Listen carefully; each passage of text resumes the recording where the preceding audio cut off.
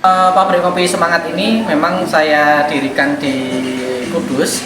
Jika sering muncul banyak pertanyaan, kenapa Kudus, kenapa tidak kota-kota besar yang lainnya?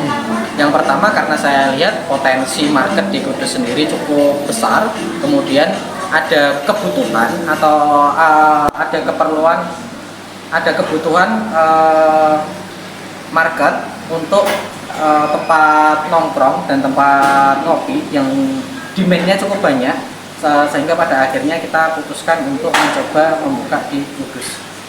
Mungkin seperti apa sih Mas awal mula sampai memutuskan untuk merintis usaha kopi shop ini? Oke, jadi karena sebelumnya saya bergerak di distribusi bahan-bahan untuk food and beverage.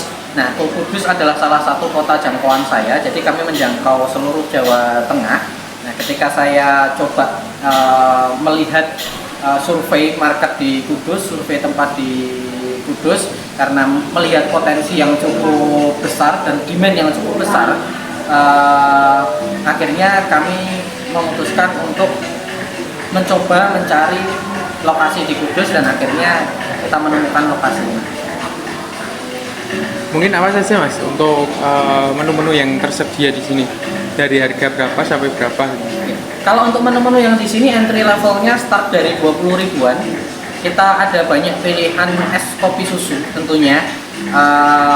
Produk yang pada saat ini cukup digandrungi oleh Gen Z, anak-anak muda sampai bahkan yang sudah usia settle pun cukup menggandrungi es kopi susu. Jadi kita ada banyak pilihan di es kopi susu.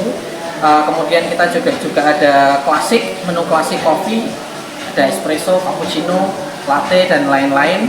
Kemudian kita juga punya twist dari produk dari klasik, yaitu americano. Kita punya twist americano, kita pakai jam. Jadi americano tapi kita tambahkan dengan jam yang ada fruit chunk-nya. Jadi lebih unik lah.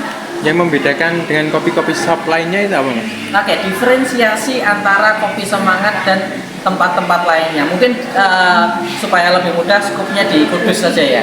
Gitu. Kebanyakan coffee shop di Kudus itu mengangkat tema modern, industrial, dan kekinian.